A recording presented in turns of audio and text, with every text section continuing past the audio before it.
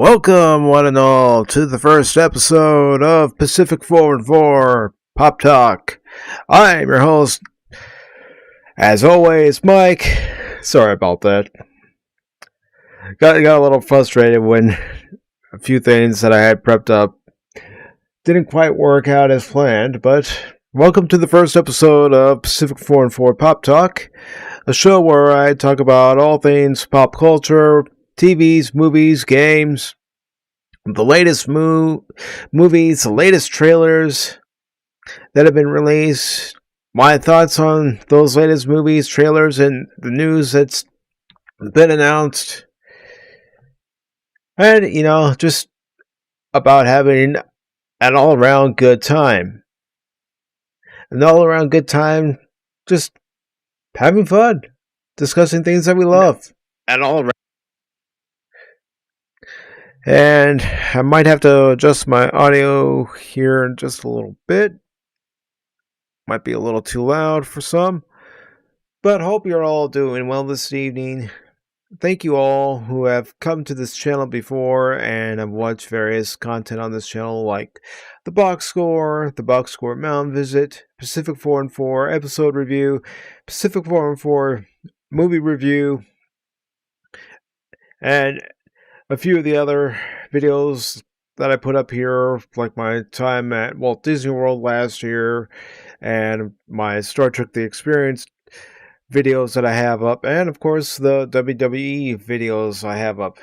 And even though I'm not watching WWE right now, that will be a part of this program for those of you who enjoy it. And of course, we're going to be talking about something that I have just recently started getting into, and that was anime. But first, let's go ahead and start off with first order of business, and we're going to go ahead and take a look at the new Ghostbusters trailer. I do know I'm going to have to pause it just so I don't get a copyright claim. So let me just bring it up here.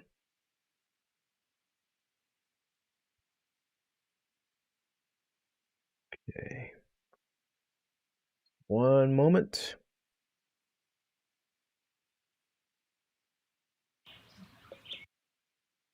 Again, I hope everyone is doing well.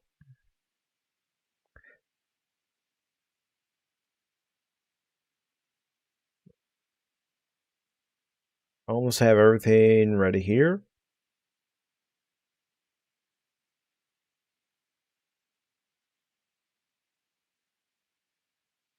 So let's go ahead and take a look at this trailer, shall we?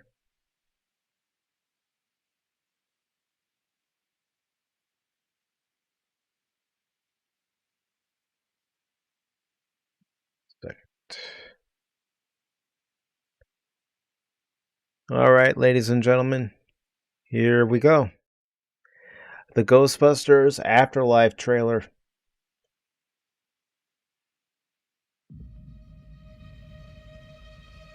You're a great mom. I don't know. I'm fine with Trevor, but with Phoebe, she really keeps me. Okay, so we're introduced to two of the main characters here in Ghostbusters Afterlife, and it's taking place in a small town. On the outside. That's normal. She's an awkward, nerdy kid. Maybe a new home can be an opportunity to start fresh. You can definitely tell, the glasses and the haircut. She definitely takes place after Egon. I just wish she'd get into some trouble. Well, takes after Egon, I should say, not takes place. Of course, this movie does take place almost some 30 years after Ghostbusters 2. There's still time. Paul Rudd. A trap. What are you doing here in Somerville anyway? A mining shaft. Okay, so we have either a friend or love interest here. Somebody new to town trying to get out and make new friends. We're completely broke, and our grandfather left us this creepy An old farmhouse. old farmhouse in the middle of nowhere. Your father wasn't.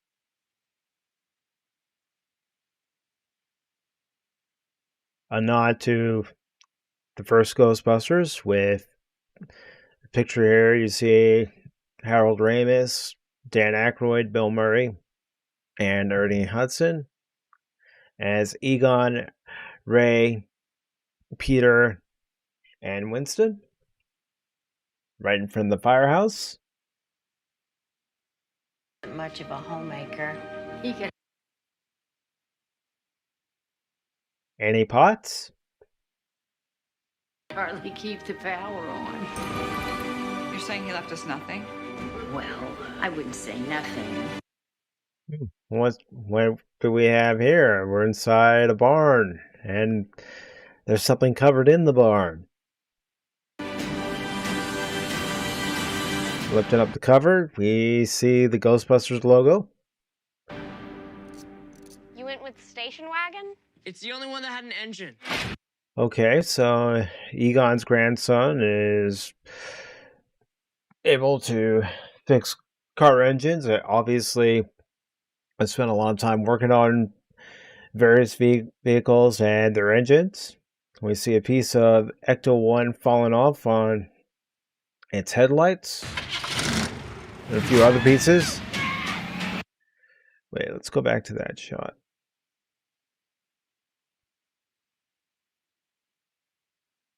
So the Ecto-1 is going through the fields, and that last shot there, try to get to it real quick. I don't want to go too far. All right.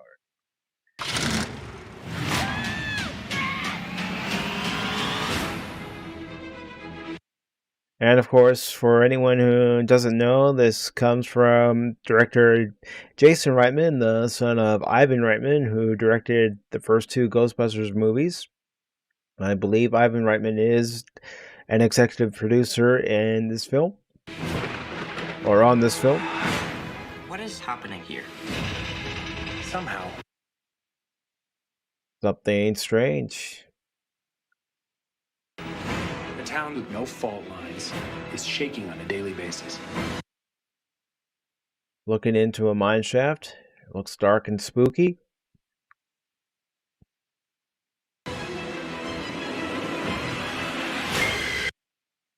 Oh, we have something coming out of the mine shaft. Maybe it's the apocalypse. A little foreshadowing.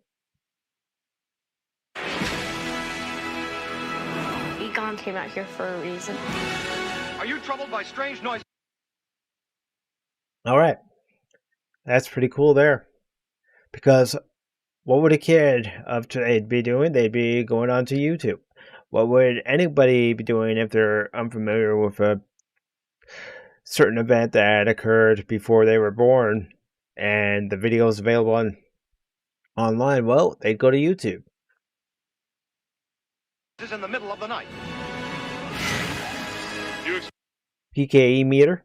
experience feelings of dread in your basement or attic? Have you Mini Stay Puffs. or any of your family ever seen a spook, specter, or ghost? Stay Puffs roasting each other. Oh boy. Oh my god. Everybody's looking in the barn, looking at all the various different items that Egon has stored in there. Something is happening above here.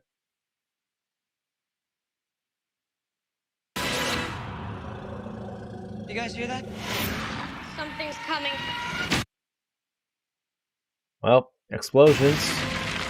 Overloading power. The whole city Just like in the original Ghostbusters, all the spirits of the dead. took the walking Especially this shot right here. Right out of the first Ghostbusters. Straight out of it. dead. Dark spirit. A terror dog.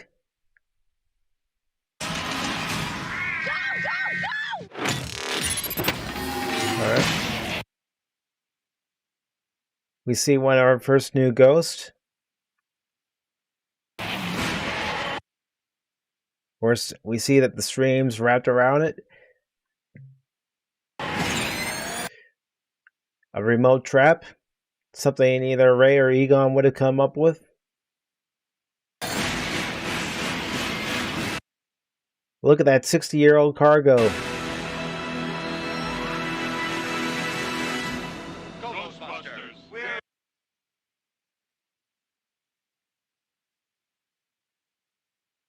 Nice there.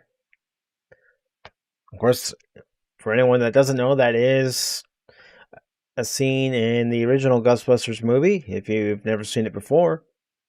We're ready to believe you. We're closed. All right.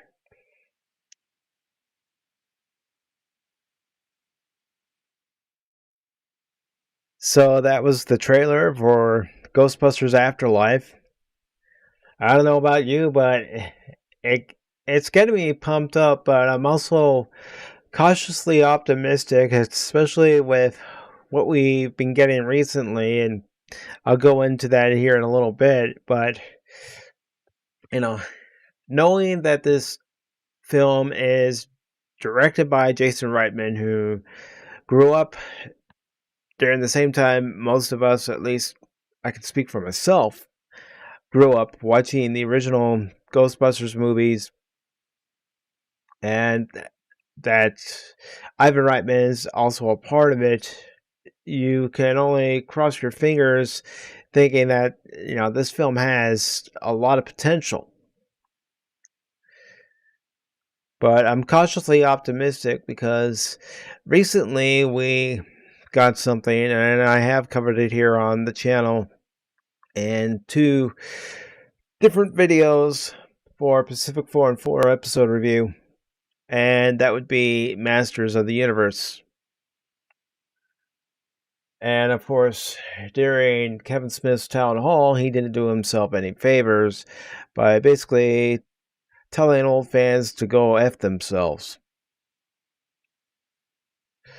So, I'm cautiously optimistic about what's going to be going on with this movie. I'm hoping it's going to be good. I may be hoping beyond hope that it's going to be good. But we shall see. You know, the thing about Ghostbusters is, you know, some people are saying that it has to be a full-on comedy. Not necessarily. Not necessarily.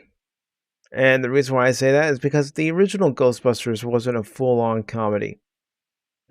The original Ghostbusters was comedy horror. I can remember seeing the Terror Dogs for the first time and being scared as a kid. That movie came out in 1984. I was 6 years old in 1984. So seeing the first sight of the Terror Dogs, that did scare me, but I grew out of that, and Ghostbusters became one of my favorite movies. So now, since we've seen that, let's go ahead and go to another trailer. I need to pull it up. And that next trailer is going to be Venom, Let There Be Carnage.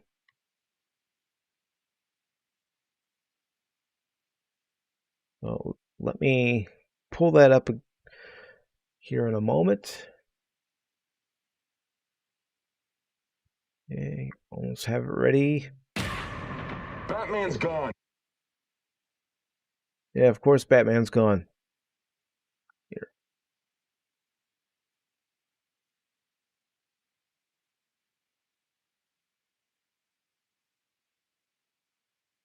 All right. So, one moment here as I bring it up. Ready. Hey, I wasn't ready for you to start yet. All right.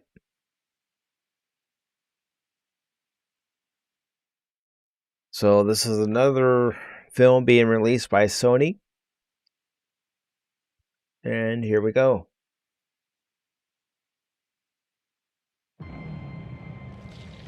Ready. We should be out there snacking on bad guys. All right, so we have a dialogue between Eddie Brock and Venom. I am a predator.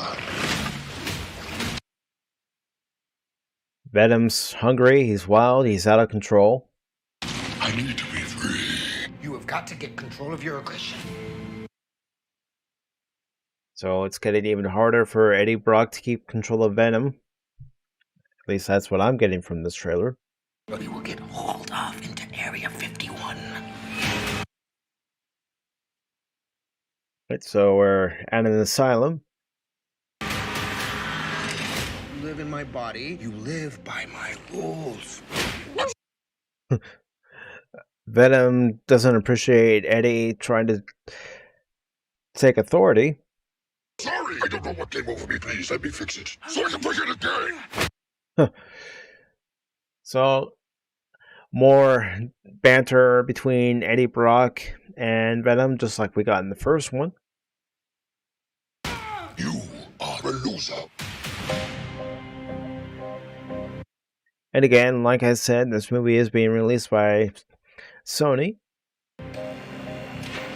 Eddie Brock, I want to give you my story. And of course, Woody Harrelson, we saw him at the end as Cletus Cassidy. People love serial Otherwise killers. known as Carnage. Cletus, Why me? that's mine. It's yours. Right, so it's setting up And the what's vibe here. yours is mine. Cletus is trying to get under Eddie Brock's skin. And Cletus has just taken a bite out of his finger. Eddie Brock on his motorcycle. Cletus is starting to flip out.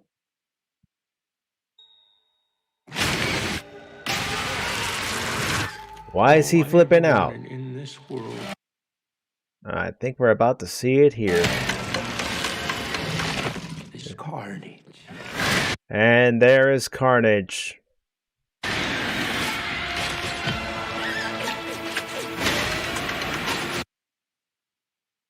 And now Cletus is making his jailbreak.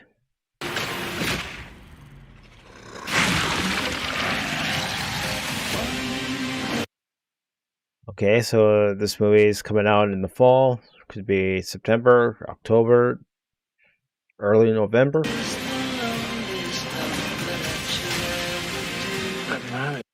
Chaos and destruction. Crazy man. Are you a vengeful one?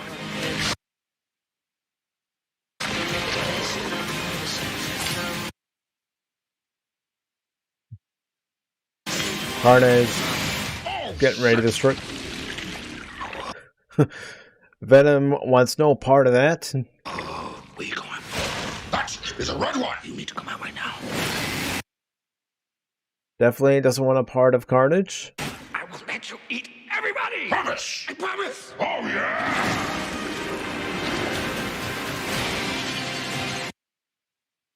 So we have a battle here in a church. Maybe you feel like home to me. All right. Like family.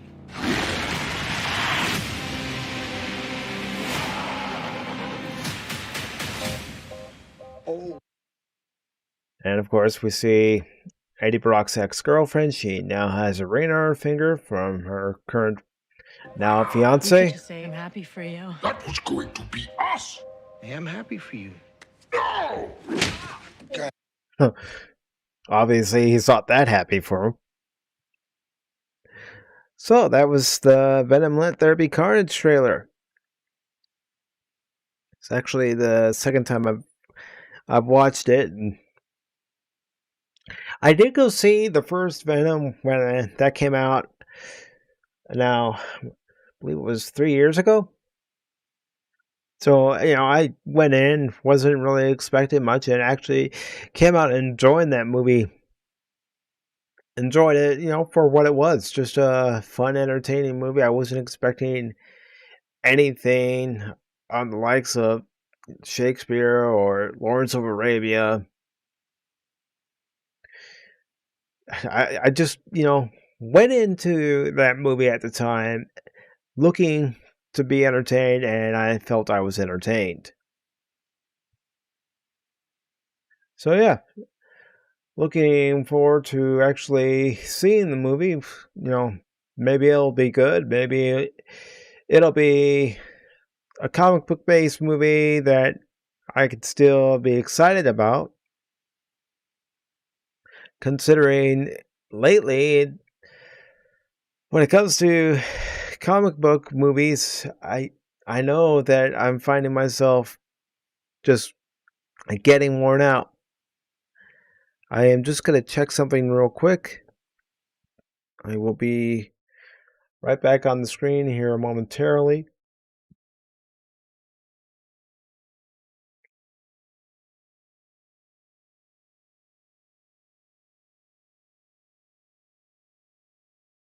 All right. So here we go. On with the show. So, we've seen 2 trailers with Ghostbusters Afterlife, and is definitely paying respect to the 2 movies that came out in 84 and 1992. Now, whether they put in anything in reference to the 2016 Paul Feig movie, that remains to be seen. Now, I am going to be completely honest with everybody here. I didn't care for Ghostbusters 2016, and it wasn't because it didn't have Harold Ramis, Dan Aykroyd, Bill Murray, or Ernie Hudson in it. It was the fact that I didn't find it to be funny. It was more jokes, a lot of bad jokes, and not a lot of substance. It didn't evoke any of the feeling of the original Ghostbusters. It was all slapstick, and it was ridiculous. I didn't feel that it was a good movie because of those reasons. And now I'm going to look for an article pertaining to the recent news that Alex Kurtzman has been given a 5-year contract by CBS Entertainment to continue with his version of Star Trek. And I say his version of Star Trek because, unlike Gene Roddenberry's version of Star Trek, there is no optimism, there is no hope. It's a lot of what we're seeing today, where we're all at each other's throats, all against each other. And it's just not Gene Roddenberry's Star Trek.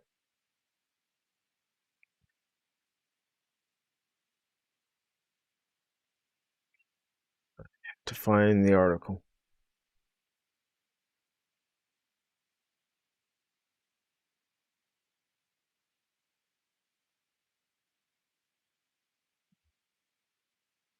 Find it.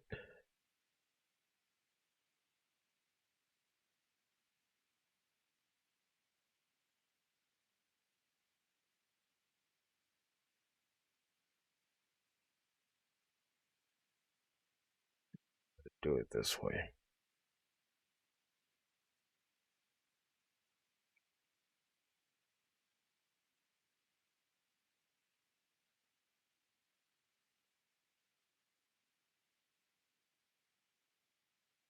Alright, just waiting for it to load. As soon as it loads, I'll put it on screen.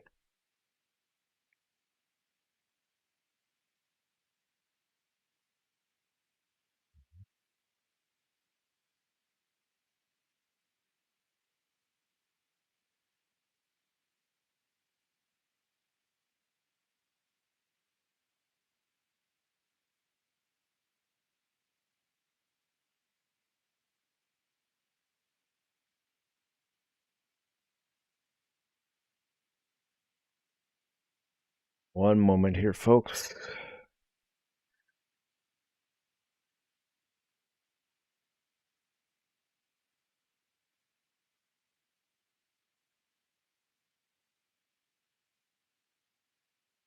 I am waiting for it to load. It's taking its sweet time loading.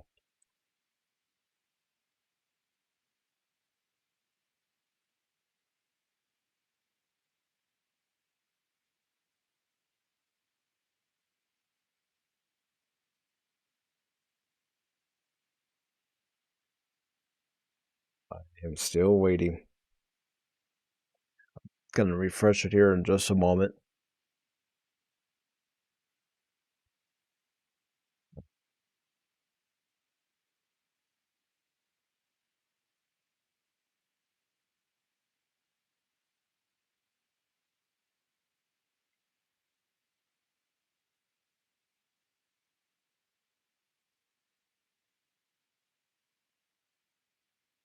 Alright.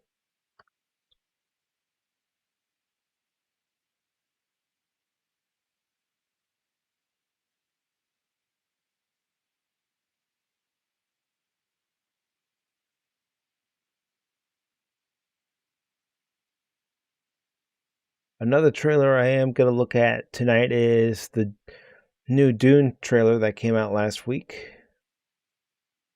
Alright. I have found the article I want to read because this pertains to a franchise I used to love very much.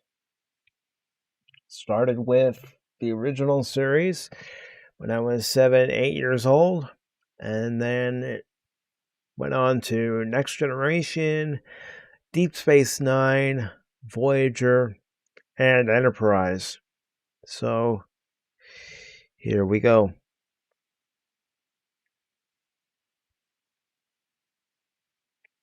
me just get it centered on the screen here before I put it on the screen. There we go. Okay, so we have an article here out of the New York Times. Going to collapse that. And it's talking about, can Paramount Plus succeed? One producer hopes to make it so. Oh yeah, nice play on words there. It says, he's our future, one CBS Studios executive said of Alex Kurtzman, who has a lucrative contract to expand the Star Trek universe, and with it, the streaming service's audience. This article is by Nicole Sperling. Of course, it came out on Sunday. That's also when Alex Kurtzman's deal with CBS was announced, that they had extended it. So it starts off, like so many other writer-directors, Alex Kurtzman grew up worshipping film. But he is adaptable. And in the streaming era, that is a very lucrative trait. Mr. Kurtzman, okay, so already she's kissing his ass.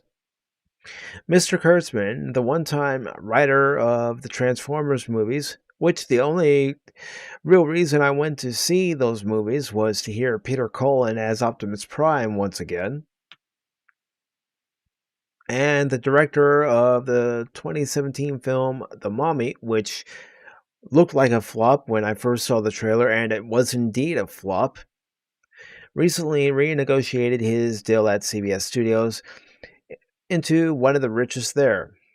Under the $160 million 5.5-year agreement, he will continue to shepherd the growing Star Trek television universe for Viacom CBS's Paramount Plus streaming platform. Good luck. It says he will also create shows including a limited series based on The Man Who Fell to Earth, which he will direct for Showtime, and the long-awaited adaptation of Michael Chabon's Pulitzer Prize-winning novel, The Amazing Adventures of Cavalier and Clay. Yeah, Michael Chabon. He was a producer for Star Trek Picard Season 1, and then he left that subsequent position to do something else. He wasn't even there the full first season. It says, Mr. Kurtzman deal is the latest in a string intended to give prolific producers like Shonda Rhimes and Ryan Murphy for Netflix and Jordan Peele with Amazon Studios free reign to create content that can feed insatiable consumer appetites and hopefully boost subscriptions for streaming. Well, from what we've been seeing so far from CBS All Access Paramount Plus, I haven't seen anything that's going to make me want to subscribe. I only subscribed to review Season 3 of Discovery, and that was a big mistake. And of course, while I was subscribed, I did watch Season 1 and Season 2 of Discovery, and each time it just made me shake my head and go, this isn't Star Trek. What the hell is this shit? Because whatever it is, it's not Star Trek. It says, this one puts the ambitions of CBS Studios, the production arm for the networks and channels under the Viacom CBS umbrella, squarely in the hands of the 47-year-old Kurtzman.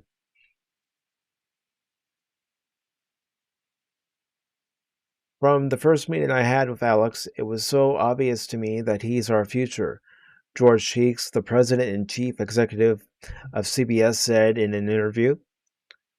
The guy can develop for broadcast. He can develop for premium streaming, broad streaming. He understands the business. He's got tremendous empathy.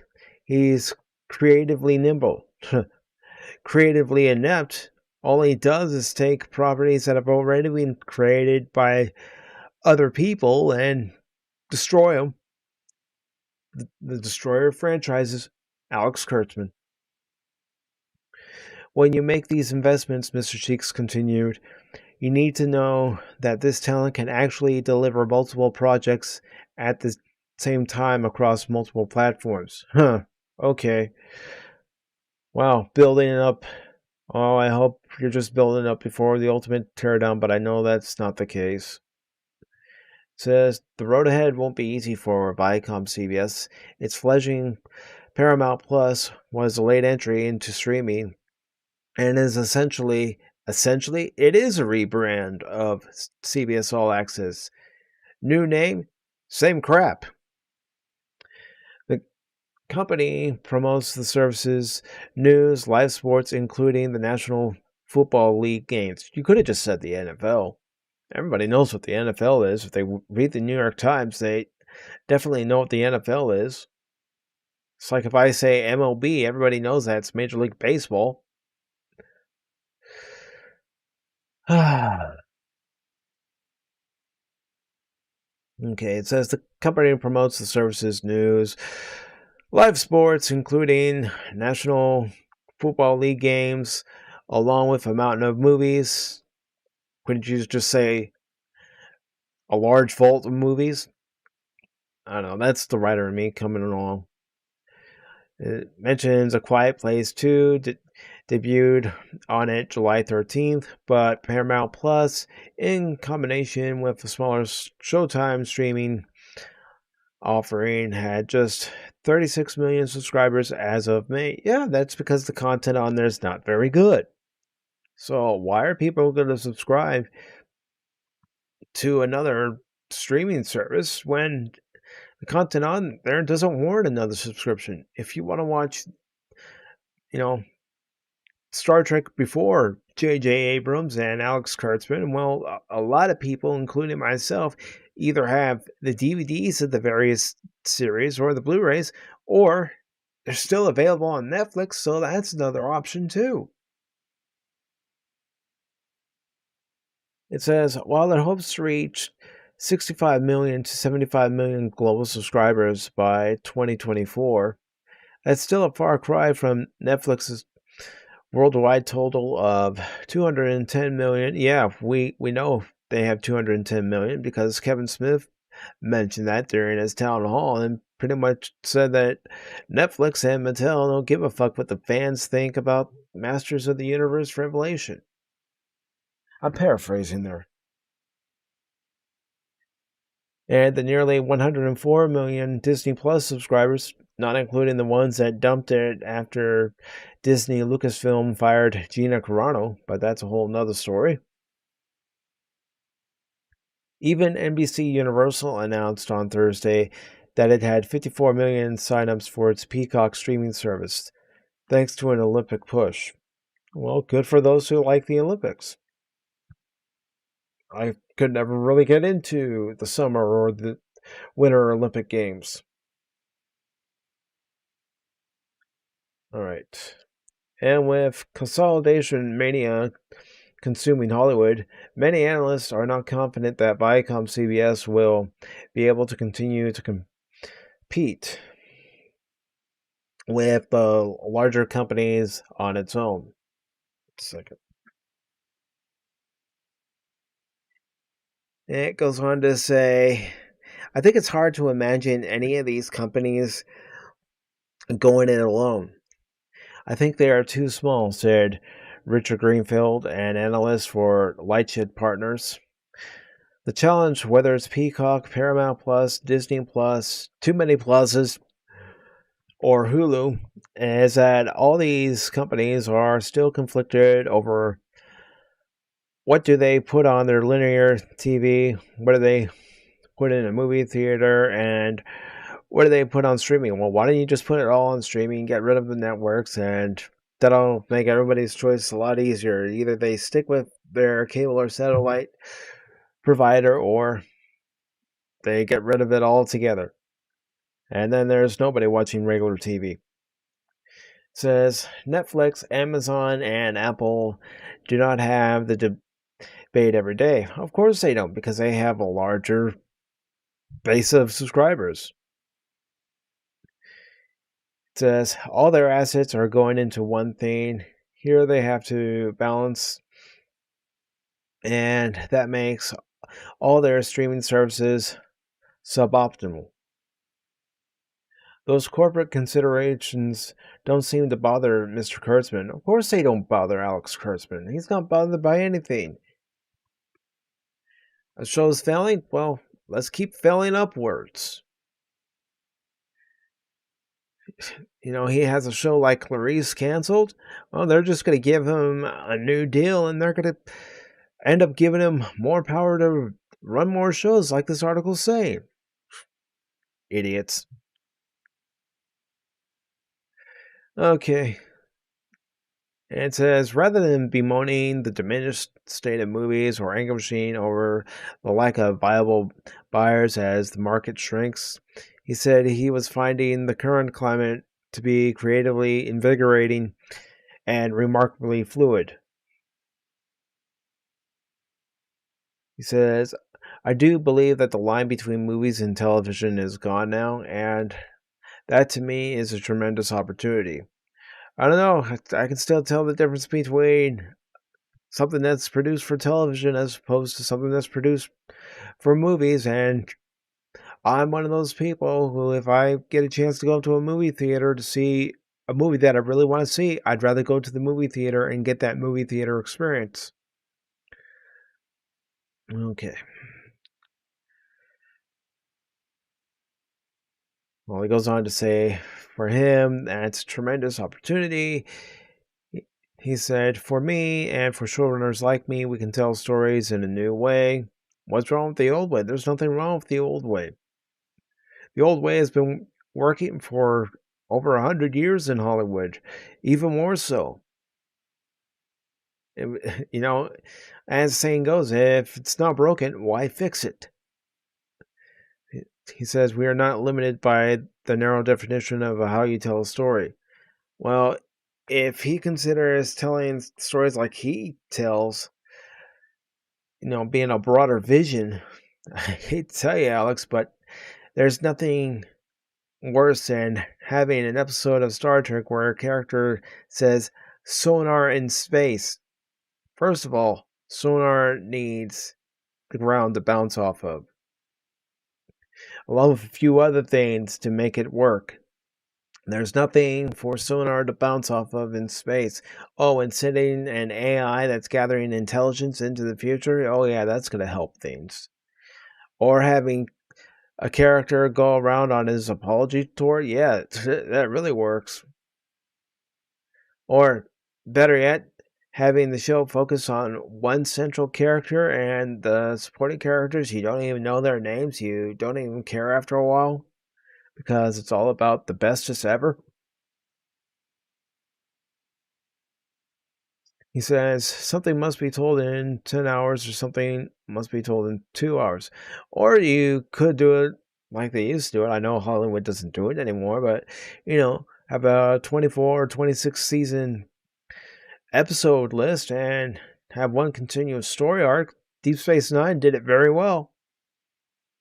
Oh, let's see, another show that did it very well. Babylon 5 did it very well. Babylon 5 did it extremely well.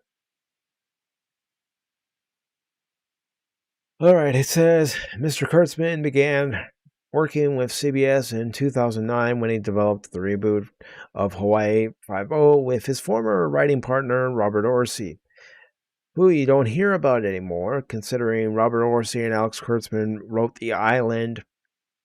They did the Transformers movies. I believe they also worked on a Transformers animated TV series, Transformers Prime, if I'm not mistaken. Although you could definitely tell there were other people writing the episodes and they were just there in name only. It says in 2017 he began reimagining the Star Trek universe. Why do you need to reimagine it? The fans that enjoyed Star Trek for what it was would continue to enjoy Star Trek. The people who never liked Star Trek always referred to it as Star Trek, and they continue to refer to it as Star Trek. And they're the people who would rather see explosions and bright shiny lights instead of having an intellectual story, and a story that looks at the broad spectrum. Alright, so he began reimagining the Star Trek universe for the company, building on his familiarity with the franchise. Well, Robert Orci seemed to be the one that knew more about Star Trek than him. After co-writing the two J.J. Abrams directed Star Trek movies several years earlier. Oh yeah, well, let's see, J.J. Abrams, just like Alex Kurtzman, he preferred Star Wars over Star Trek. Nothing against Star Wars. I love Star Wars, but it's like comparing apples and oranges. That's how it's always been said about Star Wars and Star Trek. Apples and oranges. They're completely different. One deals in science fiction, the other deals in science fantasy. There's a big difference there. It says, since then, he has produced 5 shows in the universe initially imagined, but in the 1960s by Gene Roddenberry, and all will be on Paramount Plus. Well, of course, all the previous series are on Paramount Plus. They're on Netflix. They're on Amazon, for crying out loud. And it wasn't just Gene Roddenberry that helped create the Star Trek universe. It was people like D.C. Fontana who helped create the Star Trek universe. It was people like Nicholas Myers and Harv Bennett who helped create the Star Trek universe when it came to the movies from Star Trek 2 to Star Trek 6. And with Nicholas Myers and Harv Bennett, they actually watched the original series so they can get familiarity with the characters. They didn't just go out there and write their own version of Star Trek. They wrote Star Trek movies based on these characters, based on their understanding of the characters, their understanding of the Star Trek lore and universe, Star Trek canon. And of course, they're talking about Discovery, which is a disgrace. Picard, Patrick Stewart only took it for the money. Picard, it's horrible. And even with Q coming back, even with John Delancey coming back as Q, it's still not going to be any good. Lower Decks, yeah, well, that's a travesty in itself. I don't find it funny. Prodigy, well, that's aimed more toward kids, and from what I've seen of it, it's a hologram of Janeway while she was in the Delta Quadrant, probably recorded before she went into the Delta Quadrant, that ends up showing up and helping out this new band of characters. And, of course, Star Trek Strange New Worlds, which, just like with Discovery, we've been hearing that it's going to be more in line with episodic television storytelling of Star Trek of the past, and it's going to have that more optimistic future being told, which I highly doubt it. Fool me once, shame on you. Fool me twice, shame on me. Fool me 3 times, I'm just a damn idiot.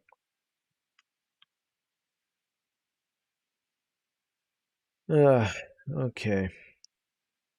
It says that Discovery and Picard are among the most watched original series on Paramount Plus. I'd like to see the numbers on that. It says also in the works, and they announced this a few years ago, and I doubt it's actually going to be going anywhere, is Section 31. Section 31, which actually was an idea created by Ira Steven Behr, Ronald D. Moore, and the writers of Star Trek Deep Space Nine, and they didn't run that idea to death like they ended up doing on Voyager with the Borg. They actually would sprinkle in Section 31 episodes here and there. You know? Oh boy. And they're also talking about a show built around Starfleet Academy. Well, Harv Bennett had pitched an idea for a Starfleet Academy show back in the 90s. So that's where they got that idea. But how much Star Trek does one planet need? You know, there is something, I'm just going to say it here, folks. Too much of a good thing, there is such a thing. It says, I think we're just getting started, Mr. Kurtzman said. There is just so much more to be had. Great. So, more Star Trek Discovery type of writing. Instead of episodes that make you think, make you use your brain. Cerebral. Okay, it says he recently finished a 4-month shoot in London for the first half of The Man Who Fell to Earth, a 10-episode series. Yeah, they already talked about that earlier in this article, but it's saying it's based on the 1976 David Bowie film. I believe it was a book first. I could be wrong, but I believe it was a book first. And it's Chiwetel Ejiofor? I'm not sure how to pronounce that name. Plays a new alien character who arrives on Earth at the turning point in human evolution.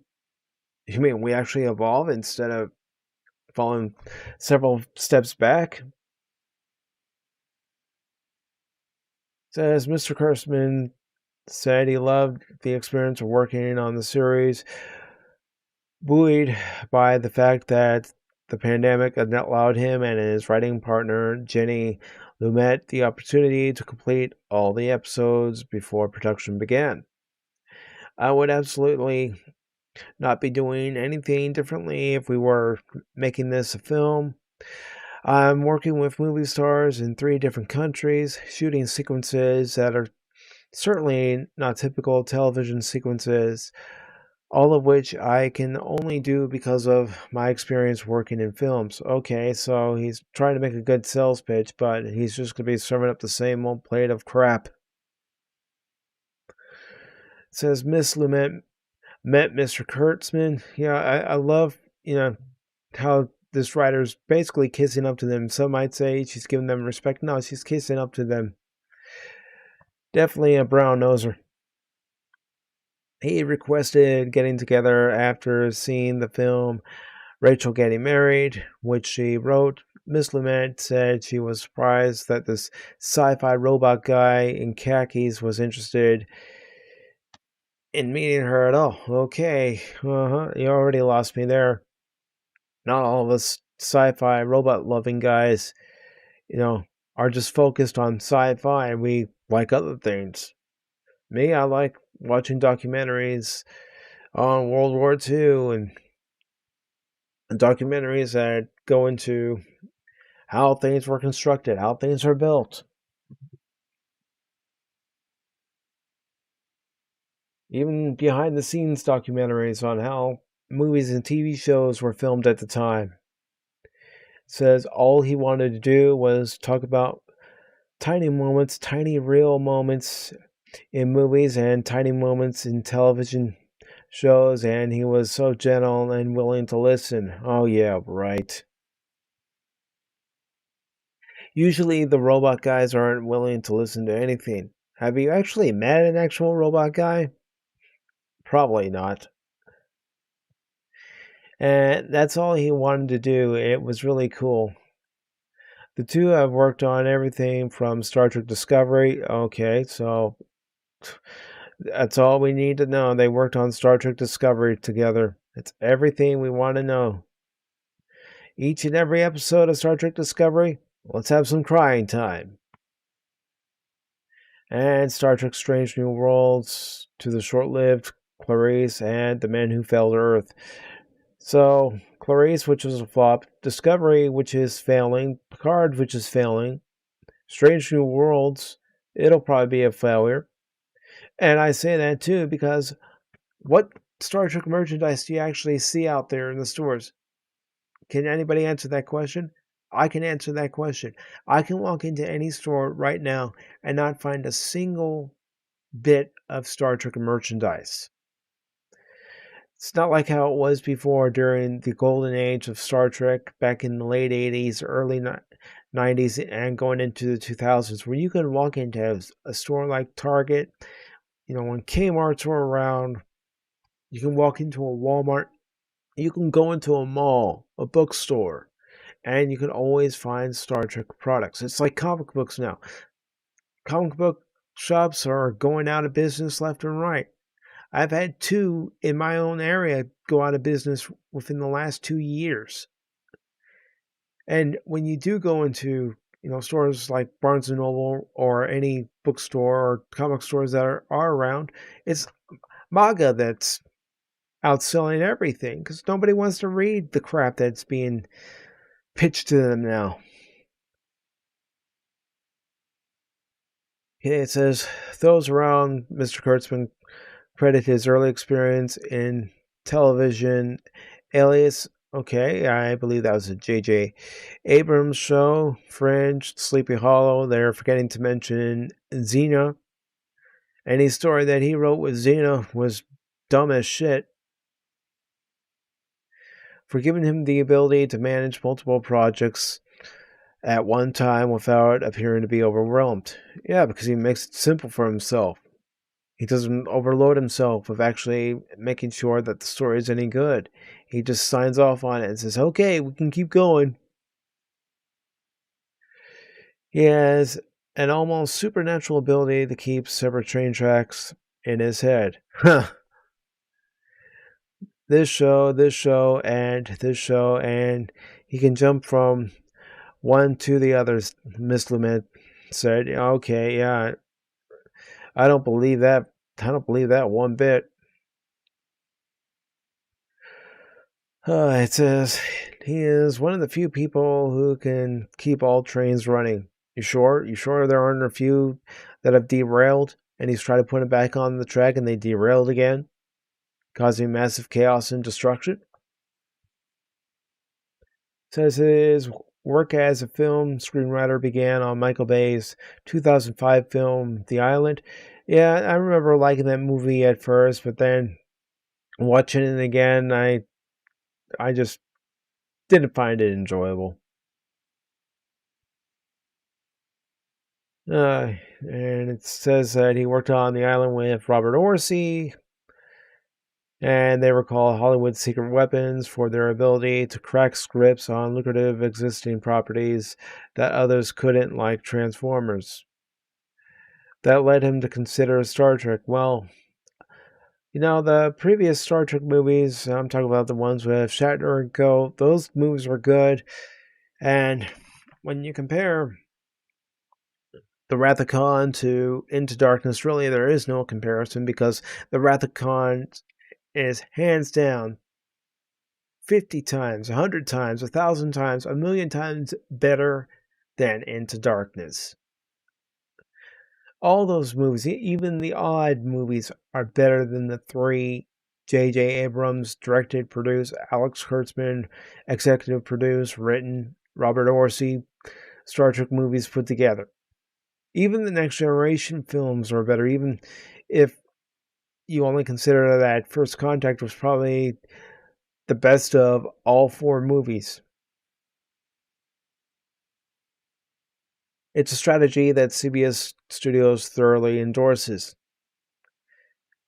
David Staff, president of CBS Studios, points to Star Trek Prodigy as an example. The animated show, one of the first animated Star Trek shows geared at children. Star Trek the Animated Series. Star Trek the Animated Series, produced by a company that produced another show that's currently being destroyed, and that would be Filmation, who not only helped produce Star Trek the Animated Series, which had episodes written by writers from the original series, including Walter Koenig, but Filmation, who produced their Ghostbusters animated series, which is actually based on a live action comedy series from the 70s, Brave Star. They helped produce She-Ra, Princess of Power, and several other Filmation cartoons, and I've seen them all.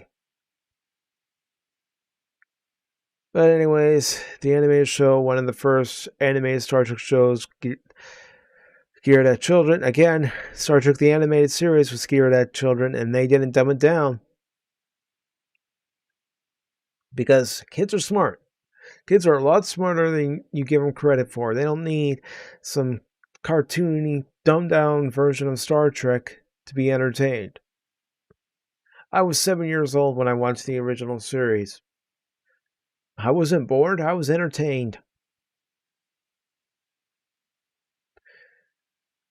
And of course, Prodigy is going to be on Paramount Plus before moving to Nickelodeon.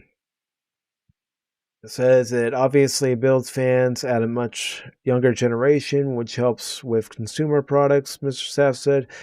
But it's also a smart way to look at building an entire universe. Obviously, he's not aware of the animated series from 1973 to 1974. Again, I keep mentioning it because I have it. And I've watched it. I first found out about it when it was running in reruns on the Sci-Fi channel. It says, Mr. Staff, who has overseen CBS Studios since 2004, the marvelization of Star Trek can mean many things. Anything goes as long as it can fit into the Star Trek ethos of inspiration, optimism, and general idea that humankind is good. Well, I'm not seeing it from the current version of Star Trek that we're getting, whether it be Discovery, Lower Decks, or Picard. And I doubt we're getting it from Strange New Worlds. He says, so comedy, adult animation, kids animation, you name the genre, and there's probably a Star Trek version of it. You know, it could be made for families. You can't even sit your family down anymore to watch the current iteration of Star Trek. Or for the original series, you can sit your family down, and you can continue to do so with the movies, with the animated series, of course, with Next Gen, DS9, Voyager, and Enterprise.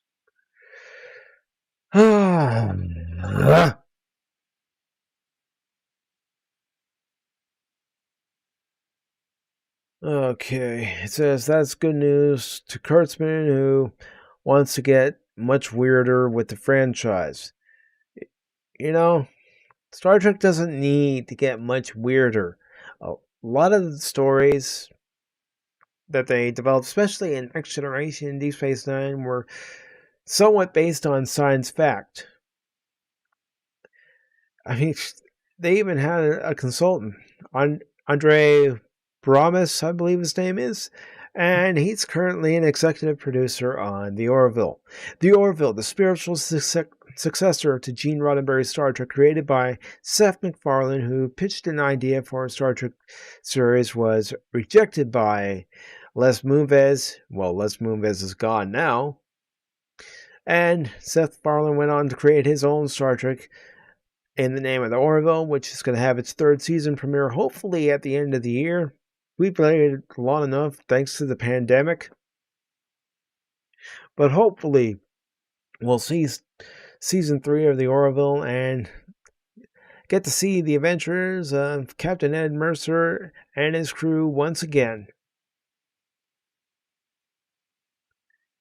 Okay, so just mentioning how Star Trek's going to be celebrating its 55th birthday this year, which that 55th anniversary is going to be next month on the 8th. And I'll probably do a special live stream that night, because I'll be celebrating Treks that came before we got the J.J. Abrams Alex Kurtzman crap.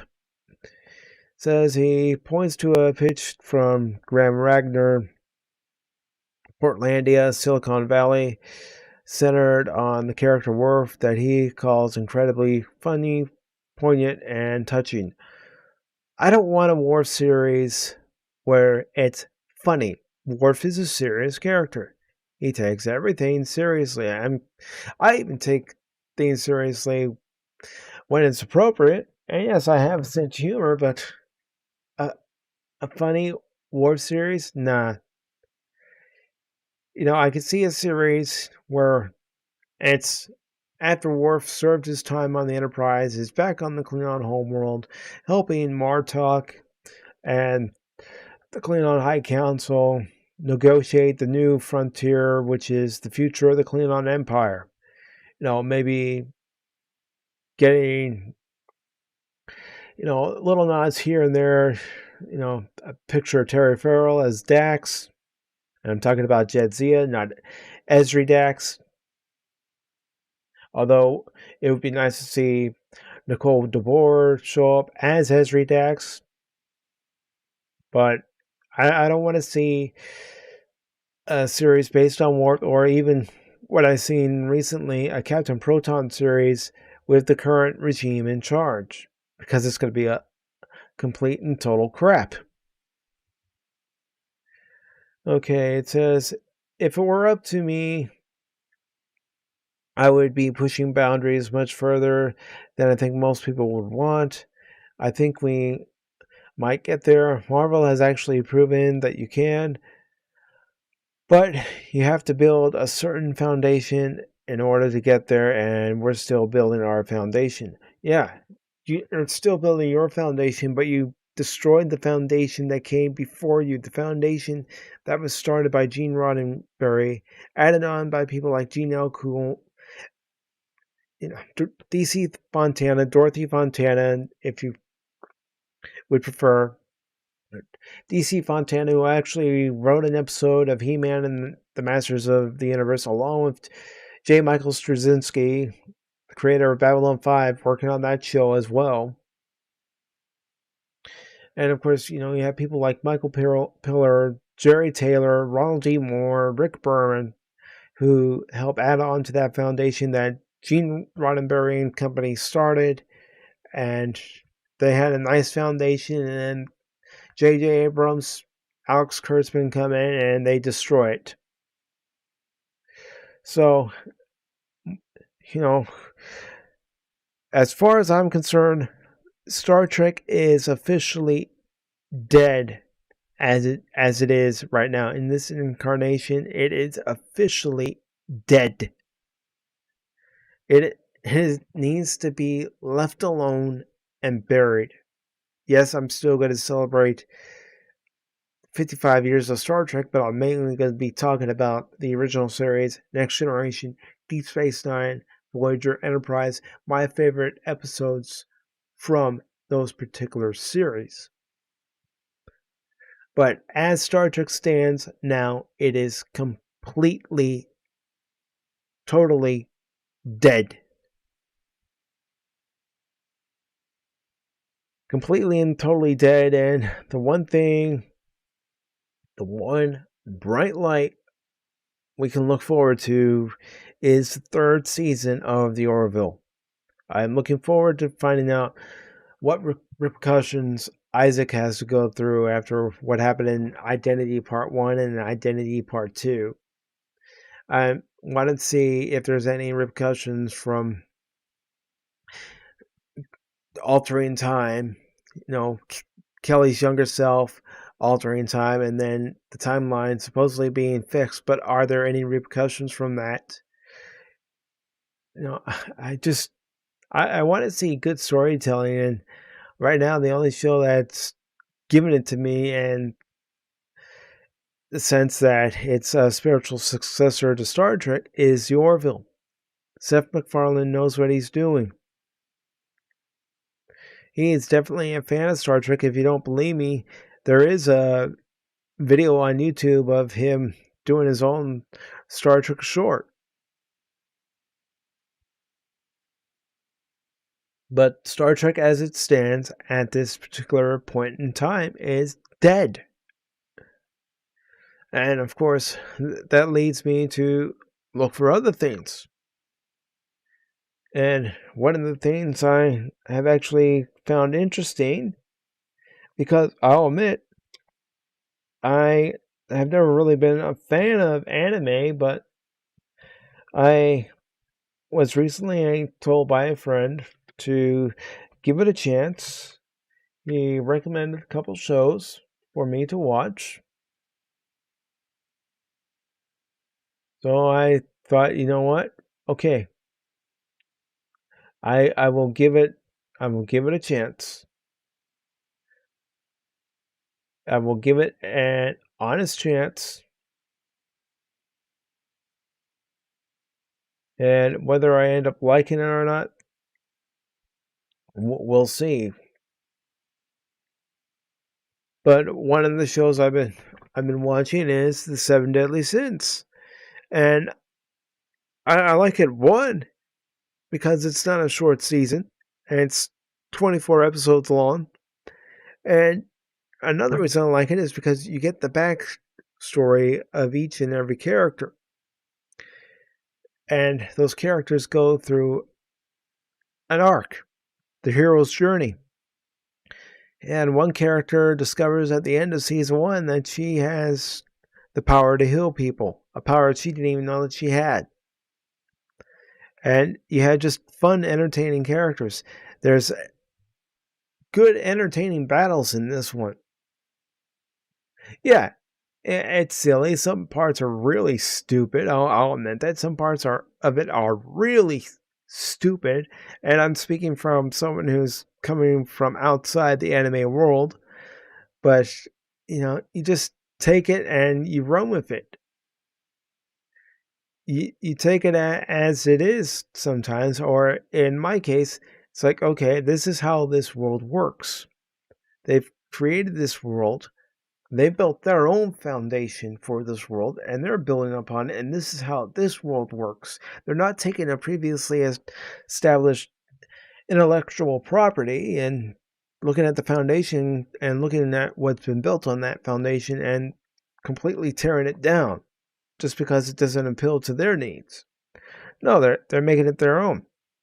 And it's like, again, the hero's journey starts in another show I've been watching, My Hero Academia. And in My Hero Macadamia, we meet our protagonist. He looks up to his hero. His hero helps him along his journey. And part of his journey is being able to harness his power. Or all for one. So, I'm really enjoying that. And, I've been looking into other series to get into. And I might even talk about the different anime series I've been watching about here and there on an episode of Pacific414 episode reviews. Just giving my overall thoughts on each and every show. But you look at the current state of Hollywood, and all I keep seeing is they don't want to cater to fans. They don't want to cater to fans of long-standing IPs like Star Wars, Star Trek, Doctor Who. They want to take existing IPs and tear them down. I mean, hearing that Seth Rogen's going to be doing a Teenage Mutant Ninja Turtles project. I mean, as a person who grew up watching Teenage Mutant Ninja Turtles back in the late 80s into the 90s, the cartoon series was fun, but, the comic books, they were great. They were awesome. They had awesome storylines. I hear that there is a storyline going on that's not too bad. It's The Last Ronin. A few people have told me about it. I have yet to read it, but it's one of those things where people have said, when you get a chance, take a look at it. So I'm going to end up doing that at some point in time. And, when it comes to Masters of the Universe Revelations, well, He-Man's a side character now. And I know someone's going to say, but it's not called He-Man in the Masters of the Universe. I know that. But you already have established lore for Masters of the Universe that Prince Adam, aka He-Man, has been granted this power from the Power Sword because his ancestor, King Grayskull, was the one who first harnessed the power of Grayskull. Grayskull was his home. In this new version, Grayskull is nothing more than a holodeck program. Kevin Smith and people like Kevin Feige like to say we like to subvert your expectations. What? By taking the main character and just tossing them to the side and focusing on the character who, in your opinion, was never focused on in the original series, never meant anything in He-Man and the Masters of the Universe. When the fact is, Teela was in practically every episode, and when she wasn't in an episode, it was only a few episodes here and there. But she played a key part in each episode. She helped Adam. She helped He-Man. She helped the Sorceress. Why did she help the Sorceress? Well, unbeknownst to Teela, she was the Sorceress's daughter. And as the Sorceress's daughter, there's going to come a time where she was going to become Sorceress of Castle Grayskull herself when the current Sorceress stepped down because it was her time. You know, that would be a nice story arc to see. An actual continuation of the Filmation series where Adam is no longer He-Man and it's actually Hero, son of He-Man, who's now wielding the power of Grayskull and how things have changed. I mean, even as I said when I was talking about Masters of the Universe Revelations in Part 1 and Part 2 of my videos, hearing Mark Hamill do Skeletor's voice, it's the Joker. Each and every time he's speaking, it's the Joker. It's not Skeletor. It's the Joker. It's not this. You boob! I mean, and then, Kevin Smith and the voice actor for Arco basically going on a hissy fit about the fans not liking his product. Well, consumers are the ones who are buying the product because we're also paying for the product because the government gave Hollywood supplement money. So each and every taxpayer is paying for this entertainment. We're paying for streaming services. We're paying to go to the movies. We're paying to buy a DVD of a TV series. Paying for cable so we can watch these TV series. Satellite so we can watch these TV series. Streaming services, again, to watch these TV series. And as a consumer, if I don't like a product, I'm not going to buy it. I'm going to boycott it. I work too hard for my money to just throw it away. It's like, I'm going to mention it. I know this is Pop Talk, but I'm just going to mention it briefly. The recent trades of Anthony Rizzo, Javi Baez, and Chris Bryant from the Cubs. It's a cost-cutting measure. It's a cost-cutting measure because Tom Ricketts doesn't want to spend the money. Well, same thing applies as to these companies that have the streaming services that want people to buy these streaming services. If you don't put a good product on the field, Tom Ricketts, if you don't put a good movie in the theaters that everybody wants to see, word of mouth gets around, people want to see it, good television series that people want to see, then people aren't going to tune in. People aren't going to buy your product. They're going to leave in droves. And where does that leave you? With nothing. But I guess failing upwards is the popular trend nowadays. So now that we looked at that, I'm going to show another trailer that I really enjoyed because I have seen the 84 film. Yeah, the 84 film's flawed. But here's hoping, not so much praying, but fingers crossed that maybe, just maybe, this movie will be good, but we'll see. I've got to bring it up here in just a bit.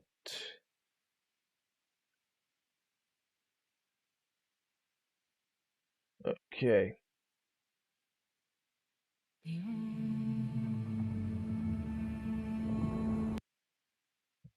So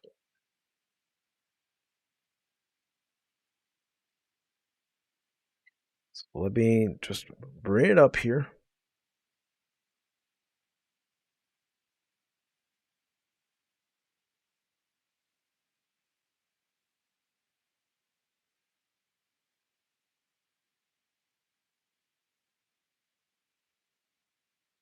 Okay, so this next trailer we're going to be taking a look at is the trailer for the remake of Dune, which is supposedly going to follow the book a lot closer than the original David Lynch film.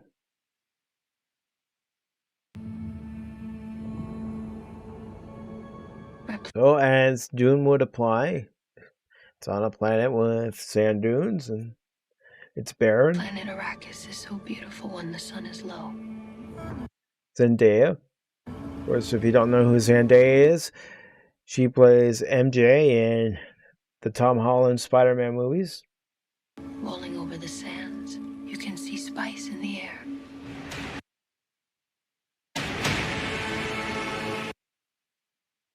So we see two people standing there. They're looking at some sort of craft. The outsiders ravage our lands in front of our eyes. And just like in the 84 film, just like it's described in the movies, Zendaya's people have glowing blue eyes. Now, it's been a while since I've read the original books, so I'll probably have to go back and read them.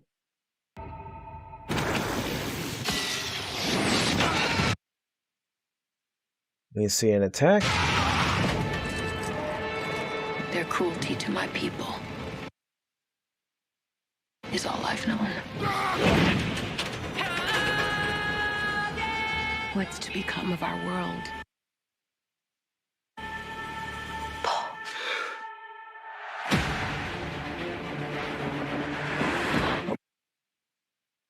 All right, so we have a meeting. Hey, Duncan, can I trust you with something? Yeah. Duncan, played by Jason Momoa. As always, you know that.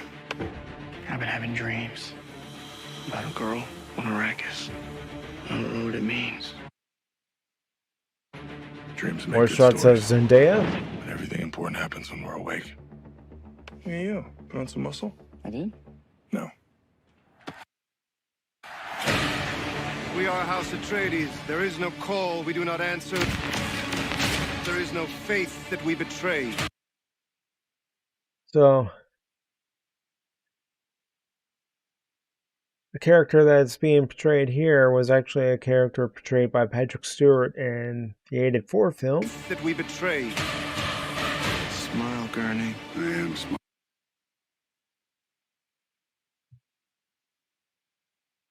Josh Brolin. And we have Pedro Pascal. Not Pedro Pascal, but Oscar Isaac.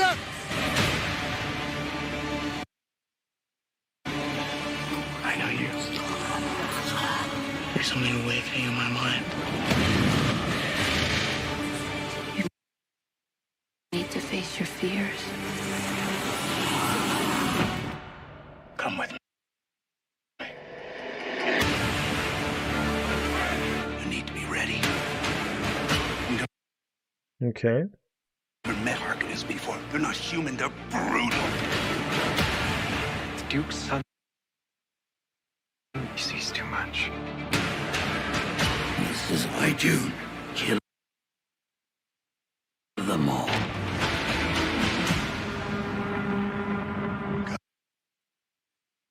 Now we see an attack. Get everything with guns off the ground! Go! This is an extermination. Chaos and destruction. They're picking my Oscar Isaac. family off one by one. Let's fight like demons.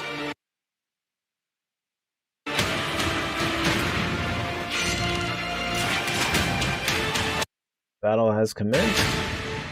Well, that was training. Dad, what if I'm not the future of House Atreides?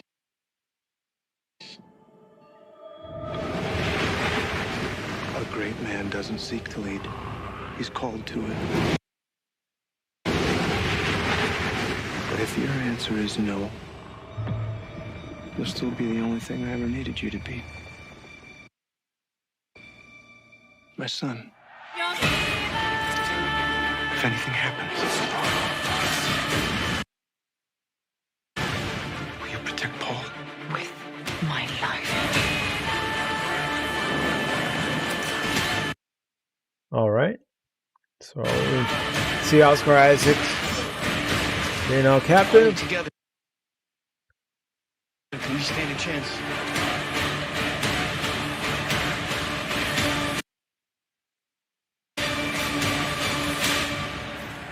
Again, I'm going to have to go back here and read the original book. And I know I'm not showing it the video on here. Just trying to do other things to prevent from getting a copyright claim. So you can hear it. It's time.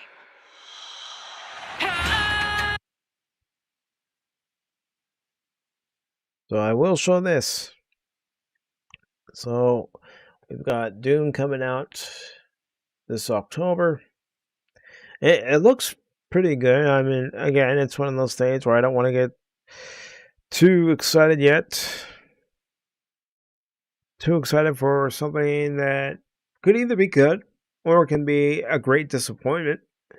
A great big disappointment. Considering what we've been given from Hollywood lately, but we just have to wait and see on this one. We have to wait and see on this one. Venom Let There Be Carnage, and also Ghostbusters Afterlife. Now, of the three movies, the one I'm gonna go see regardless is probably gonna be Ghostbusters Afterlife. So, excuse me 1 second. I am going to check out something here. So, this won't take long.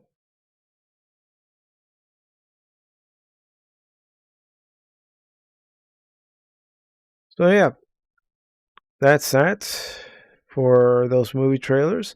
So we've already discussed, Alex Kurtzman being given that new 5-year contract from CBS Paramount.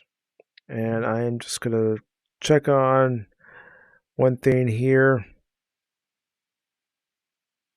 So just bear with me 1 second.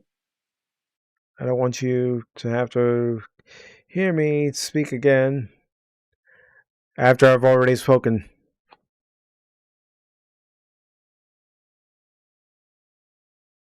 I'm mainly checking the audio levels.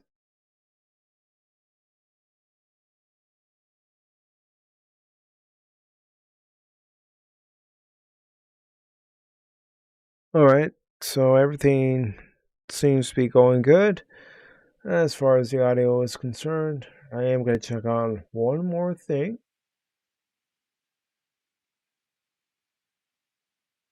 And again, I know I didn't show the trailer, I only played the audio from the trailer. But, just trying to think of ways to avoid a copyright claim and strike. So, I've already gone through Star Trek, already talked about the new trailers. Of course, Masters of the Universe Revelation.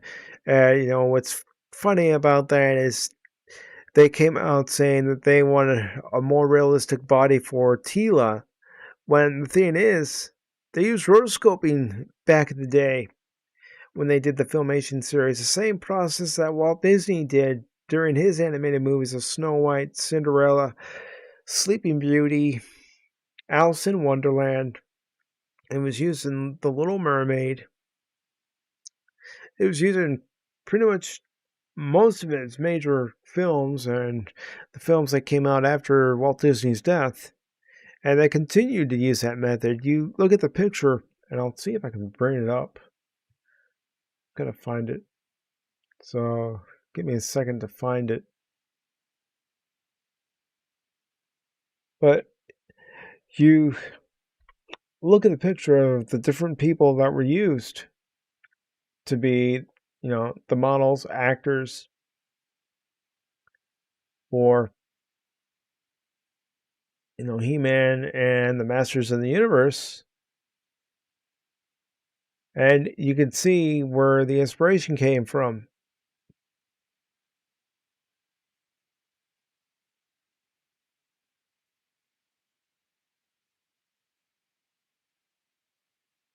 All right.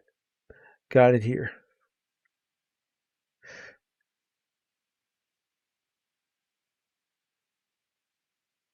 Oh, hey, Brian. What's up, brother? Yeah, I'm starting a new show this evening called Pop Talk, and, it's all about talking pop culture and,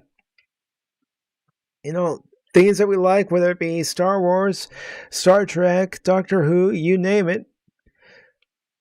We can talk about it here. As a matter of fact, if you're on Discord right now, and I know you might be at work right now, but if you're not, and you have the time, hop over to my server on Discord if you want to join in.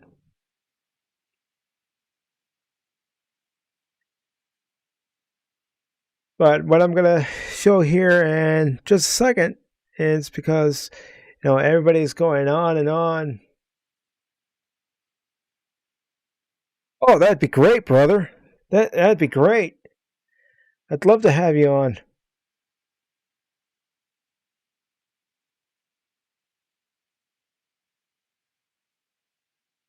All right, so let's go into a little intermission here and get Brian in here.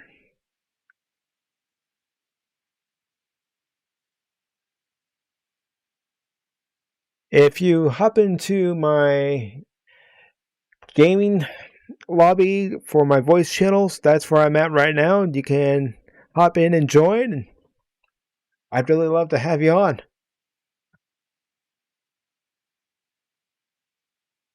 So 1 second, folks.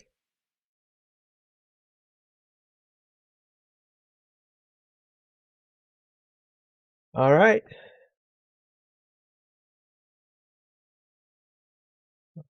I can hear you, brother. I gotta unmute myself real quick from Discord so you can hear me. Can you hear me, brother? Yes, sir. How are you doing? Welcome. Good. Welcome. This is the first time you and I actually get to talk with one another. Good. Nice. How'd that go?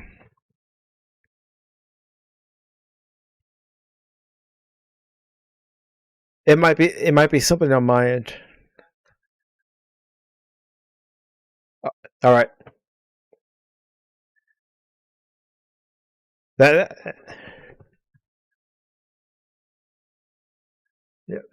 Well, I tried setting up with Streamlabs, not Streamlabs, but StreamYards, and everybody could hear me, but when I was trying to play a trailer, they couldn't hear the trailer. So it's like, okay, fine. I've got another way to do it. I was showing the trailer for Venom: Let There Be Carnage. Then I showed Ghostbusters, and I just finished, playing the audio for Dune.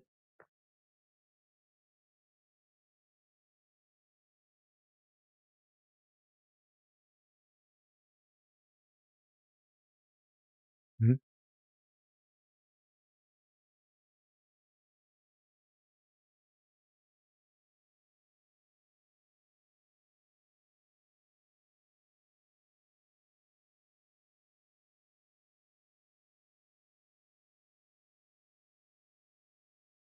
Without it, but apparently it can be done.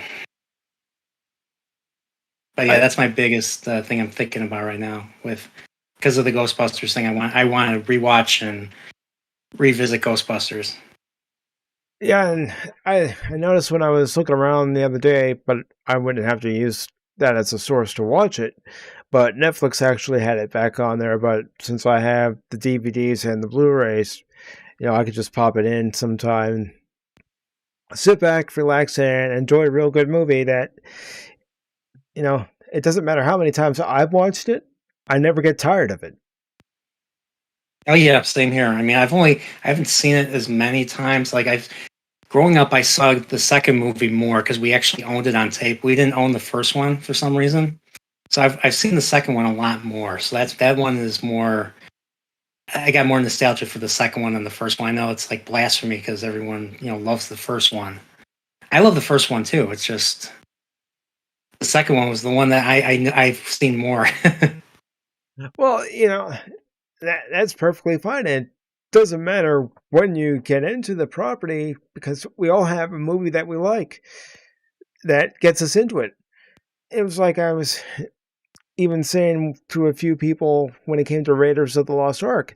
That was my first experience with Harrison Ford and a film done by George Lucas. It was Raiders of the Lost Ark. It wasn't Star Wars. Yeah, I saw the Indiana Jones movies first before Star Wars. And I actually mentioned that in my Star Wars video. Because the first thing I saw, I was like, oh, that's Indiana Jones. Yeah. And go ahead. I lost my thought. But it was the Indiana Jones, like I'm saying, with Raiders of the Lost Ark, then Temple of Doom, and then of course later on with The Last Crusade. Of course, by that time with The Last Crusade, I'd already seen the 3 Star Wars movies, but my whole introduction to Harrison Ford was again through Raiders of the Lost Ark. Actually, for Raiders of the Lost Ark was not the first Indiana Jones movie I saw. I actually saw Temple of Doom first.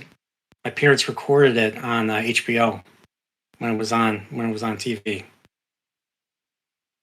So we actually had a recorded version of that on HBO, and then we actually owned Raiders of the Lost Ark. It was like buried in like a box somewhere, and I finally found it and I watched it.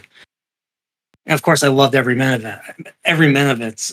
Obviously, it's hands down the best of the Indiana Jones movies.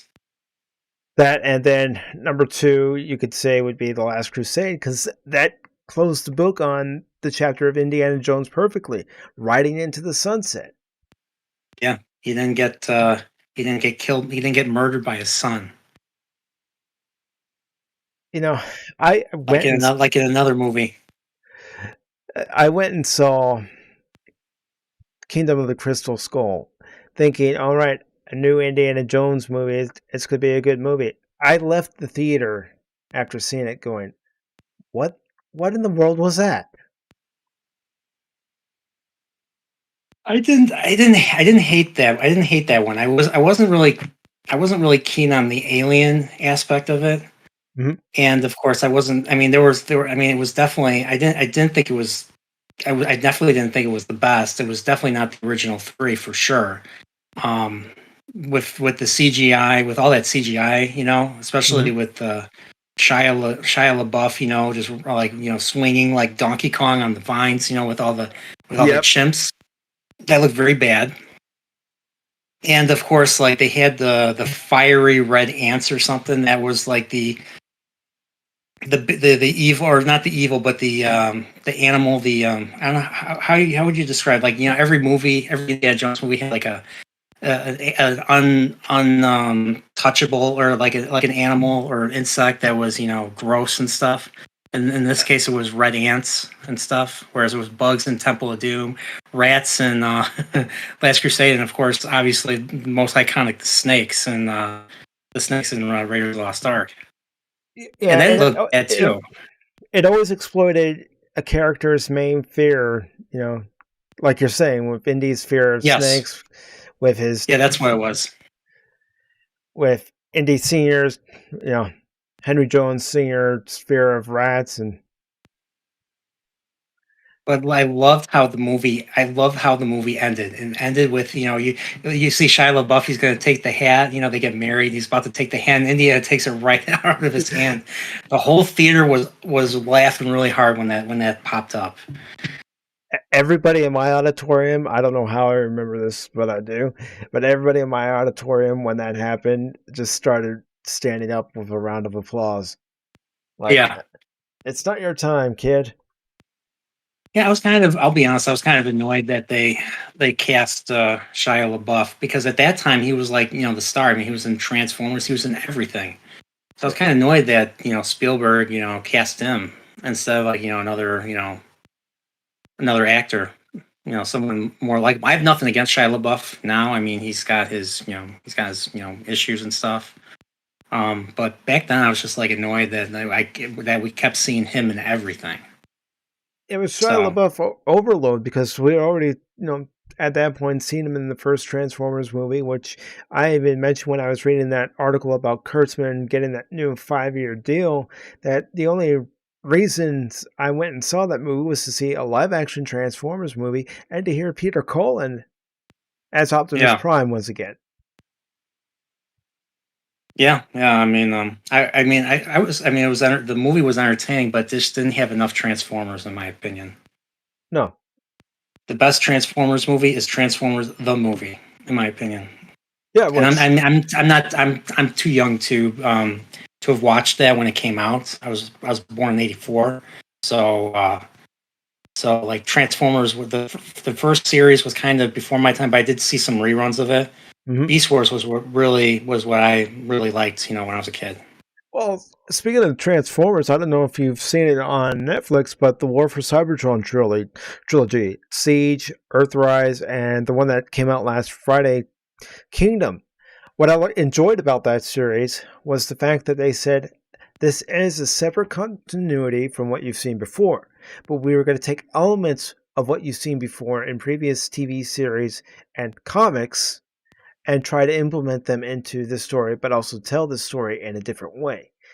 They weren't like Kevin Smith, who said, "Oh yeah, this takes place right after the last episode of He-Man and the Masters of the Universe," and then you get that bait and switch. No, they came out and said that this is how Hasbro wants to do it. Interesting. And I do recommend watching that series.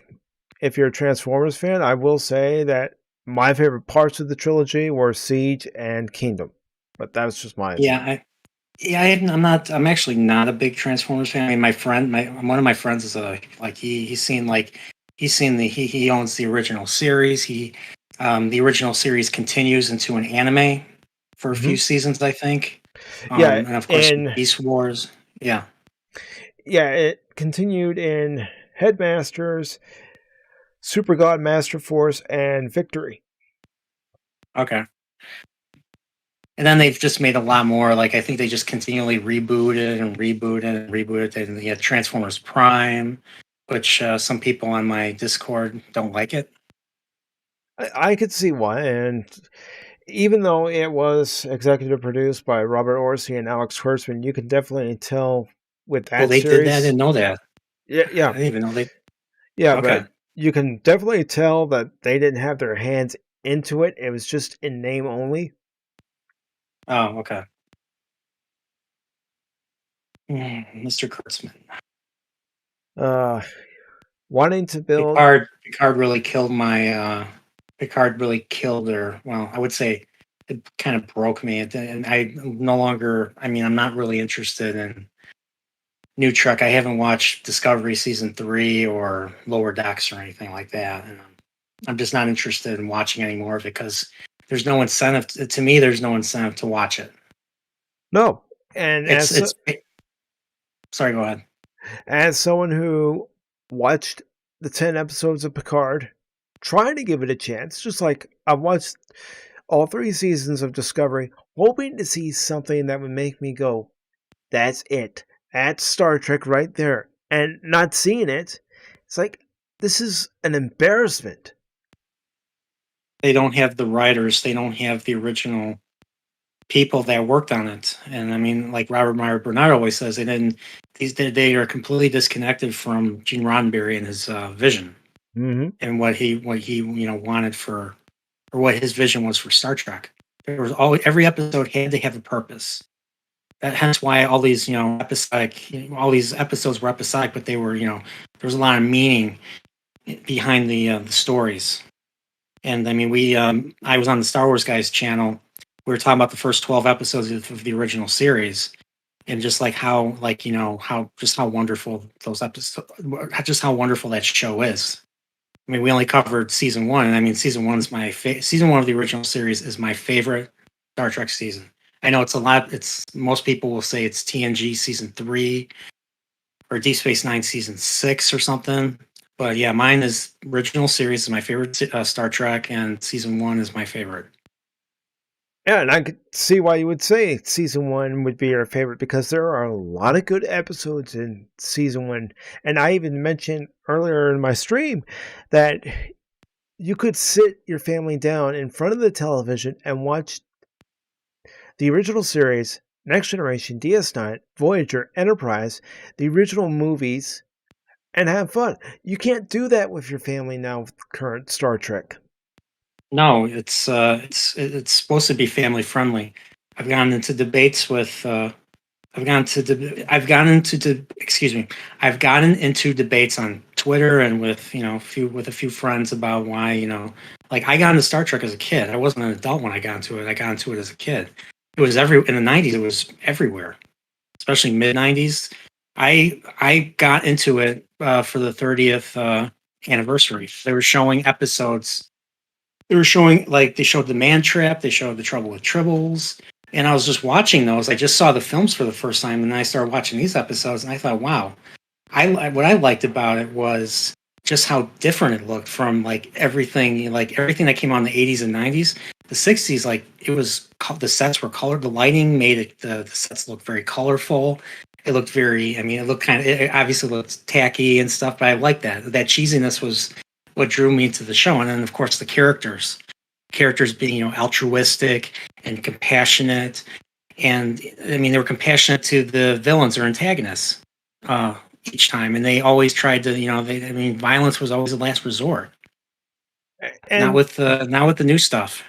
And the thing about the villains back in earlier Star Trek is they, as Gary likes to say, they weren't mustache twirling villains. No, they were even Khan. He had purpose. There was something you could relate to him on a deep level without necessarily being, completely they were still likable. You can relate to them and they were still somewhat likable, but they were still yet they were still the antagonists. Whereas the way they make villains now, they try to make them I don't know how to explain how to they're trying to make them sympathetic. Sympathetic, yeah. But I don't know, unlikable at the same time. I don't know. I haven't watched a whole lot of newer shows, but yeah. But they were great. The characters were so well written back then. Yeah, one of my favorite Star Trek series, and some people didn't like it at first, but I remember watching the premiere and I just kept giving it a chance. It didn't seem to matter to me that it was new, and that after a while, my grudge against it not having a starship went away. But Deep Space Nine, it turned out to be one of the best, if not the best, of the spin-offs. Yeah. Yeah, it's a lot of people's favorite. That show, and this is highly debated, but that show kind of stole from Babylon 5. But Babylon, it's like Aliens, Star Wars, Empire Strikes Back. It's the same thing. Some people like one or the other, and I'm okay with it because they're both great in their own way, in their own respective ways. Well, one thing I had heard, I'm glad you mentioned Babylon 5, is that at one point, J. Michael Straczynski pitched an idea for a new Star Trek series to Paramount, and Paramount, told him no. And then, of course, what do we get? We get Deep Space Nine. Yeah, they had his. He gave them his Bible, his story Bible and everything, so they knew everything about what he did. So, season 6 of Deep Space Nine is very equivalent to season 4. It was a 6-parter of it was basically a 6-parter beginning a war. The only difference is Babylon 5, the war ends, whereas in Deep Space Nine, the war continues. Yep. Well, technically the war doesn't end, but the war goes to Earth. The war goes from fighting the shadows to going to Earth to get rid of President Clark. I love that season 4 was just the roller coaster ride going down. Season 2 was build up. Season 3 was had some build up, go down a little bit and go further, and then the finale just started the free fall. Yeah, and then season 5 was basically slowing down. What was great about growing up in the 90s, and I grew up in San Marcos, California. So, Gary even knows where San Marcos, California is because he grew up in San Marcos. but I digress on that, is being able to watch Deep Space Nine and Babylon 5 back to back, but seeing just how completely different those two shows were from one another. Oh, which ones? I'm sorry. DS9 and Babylon 5, being able to watch those series and just to see how different they were from one another as far as storytelling was concerned, as far as characters were concerned. Yeah, I mean, Deep Space Nine was more. I mean, they had the very similar. I mean, obviously they were both on a space station, and people, instead of them going out to explore, there are people coming in, various peoples from various parts of the galaxy coming in, and then they build a story from that. But I mean, whereas Babylon 5 is more like the United Nations, Deep Space Nine is more like I don't know how to describe this. They go to Bajor and they help Bajor, rebuild or something after the Cardassian occupation stuff. I forget what they call that. Where a powerful entity goes and helps a smaller entity get back on their feet. The name is escaping me right now, but I know what you're talking about, and I just can't think of it right now. Yeah, and there's some. I mean, obviously they bring in the prophets, the Bajoran prophets. And it's kind of equivalent to Captain Sheridan encountering. I forget that being's name. The one that he basically dies, and the being gives him the galactic being, or I mean, he's not. I don't think he's God, but he's like a galactic being that gives him chance to come back for another 20 years, gives him 20 years more of life. And then he just kind of goes and just vanishes at the end. And it's kind of similar with Cisco. Cisco did the same thing. He just he falls into the fire pit, and then he's in the Celestial Temple. Yep. And so he vanished. He kind of vanishes from the goings on of the outside as well. So. And the only thing he tells Cassidy at the time is that he could come back yesterday, today, or tomorrow. Yeah. So. But yeah. So it's getting late for me. So all right. Appreciate you having me on. Not a problem, brother. Thank you for joining. No problem. I just wanted to get my. I did this for a selfish reason. I'm trying to improve my gift of gab. This is like my fourth stream I've ever done. Me too, brother. I'm sure you've seen plenty of episodes of the Box Score where I'm flubbing my words and stuttering all about, and I'm trying to do this to help get rid of that. Yeah, same. So well, thank you very much. Thanks for having me. You're welcome, brother. Thanks for joining. All right. Take care. You too. Have a good night. That was Nerdporeal Lifeform, everybody. Please follow his channel. I'll put a link to his channel in the description down below. Thank you, Nerdporeal, for joining. And there you heard a discussion of, Deep Space Nine and Voyager. And, our takes on it. It's just like, my take on anime when I first watched it. I didn't particularly think too much of it. I couldn't really get into it. It's one of those things where I was trying to get into it by watching shows like Dragon Ball Z and, Pokemon, and now being told, well, you didn't really choose the best ones to get into. You should have tried Gundam or Macross, and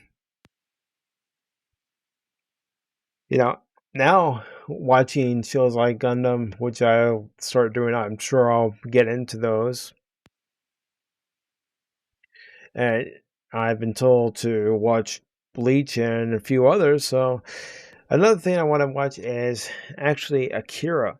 I've always heard things about Akira, and one show I have been told to watch, and I did start watching the first 5 episodes, was the show Monster.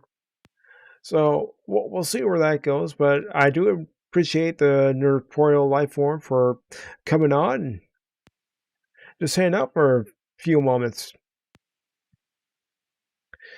So, my next topic of discussion is still going to be, talking about Kevin Smith and Masters of the Universe, Tila of the Universe. And, that show to me is an embarrassment, just like Star Trek Discovery is an embarrassment to the name of Masters of the Universe.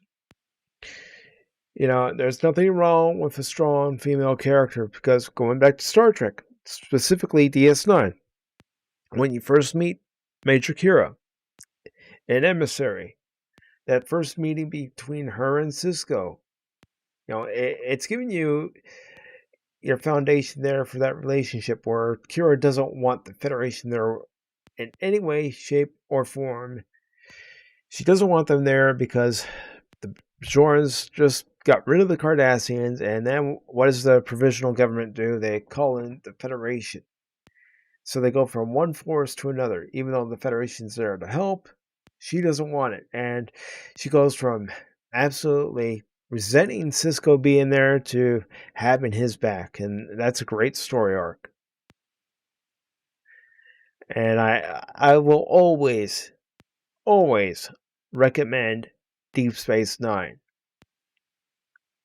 And I will recommend it to anybody who isn't into Star Trek and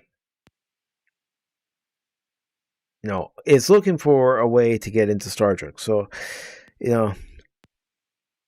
I am going to bring up what I'm going to talk about too, referring to Masters of the Universe. Just gotta bring it up here. Okay. All right. So, I was talking about how Netflix and Mattel, even Kevin Smith, are saying that they wanted the more realistic female form for Tila. Well, Filmation used an idea which had been done by Walt Disney for doing animated films by using live actors, called rotoscoping. So you have the actor who was dressed up as Skeletor, you have the actor dressed up as He-Man, who they used to model the animation model after, and then of course you have Tila. And you notice right away that she looks like the animated character because that's who they used for the animated character. Even the costume. Now, these aren't fur boots. These are just standard high heel boots, but you get the picture right here. And what does she have? A realistic body when it comes to a woman. The body that the current Tila has is that only a bodybuilder can obtain. It's not, as they call, quote-unquote, realistic. You look at Gal Gadot and Wonder Woman, and also Wonder Woman 1984. Her body is more realistic than what we're seeing from the animation model of Tila in Masters of the Universe Revelation. Even Evil Lynn has a body pretty much a carbon copy of Tila's. And it's not realistic. As much as they want to say that it's realistic, it's not. And as far as the second half of Masters of the Universe Revelation, I don't know if I'm going to watch it. If I do watch it, it's only going to be for review purposes. But we'll see. I haven't made up my mind as far as watching the second part, especially after watching the first part. After watching the first part, I kind of feel like I don't really need to watch the second part. Don't really need to, don't really want to.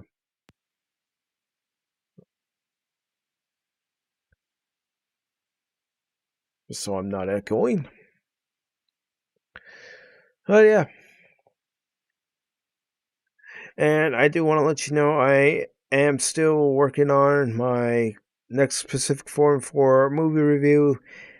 things just aren't coming together quite as I want. So when that video comes out for Pacific414 movie review, it'll be my take on The Big Lebowski, and it's actually one of my favorite movies, so it'll probably be more of me gushing over the movie. It'll be, just a series of episodes of Pacific414 episode review where I just talk about the movies that I've enjoyed, as opposed to the movies I haven't enjoyed. But you look at the state of Hollywood right now, and it's just it's an absolute wreck. It's an absolute wreck with no end in sight. So I'm going to check one thing real quick.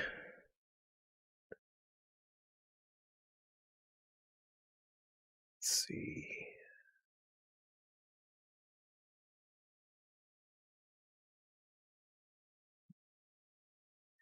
I was hoping to have one more person on today, but they currently are unavailable. So I was just checking on that. But, as far as video games are concerned, for anyone who's not aware, I do stream games over on Twitch. And, I just stream any game that comes to mind for that day. I usually don't have those streams planned out. Usually it's, okay, what game are we going to stream today? What game are we going to try to complete today? What game have you started to stream, then you stopped, you moved on to something else, and you want to go back to for the day? It's one of those things where, whatever game I decide to stream for the day, I just stream it. I have fun. There are times where I will stream the games here on the channel, along with the Twitch channel.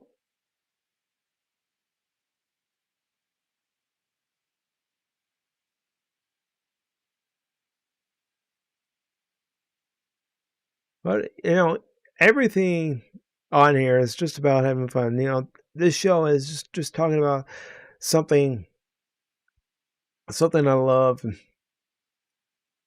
or things that I used to love, and I see the current state that they're in, and it's just not pretty. Not pretty at all.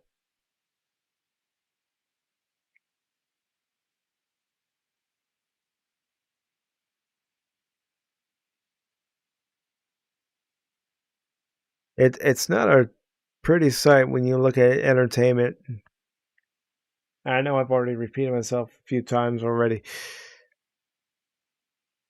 I honestly haven't picked up a book recently. I tend to stick to the books I already have or have been given, and I'm trying to get through some of those first before I buy any more books that I'm going to end up getting behind on and, never getting a chance to read them. So before I buy any other books or even discuss any new books, I want to get through the books that I have now. But if you have a book that you're interested in, that you want to talk about, I'd love to have that as part of the program. Again, getting back to video games, talk about video games, talking about TV, movies, etc. Things that we enjoy, things that, we may even see, differently. We may even see eye to eye. But, that's what this whole Pop Talk is about. Is talking about things we love. Talking about what's happening to the things we love too.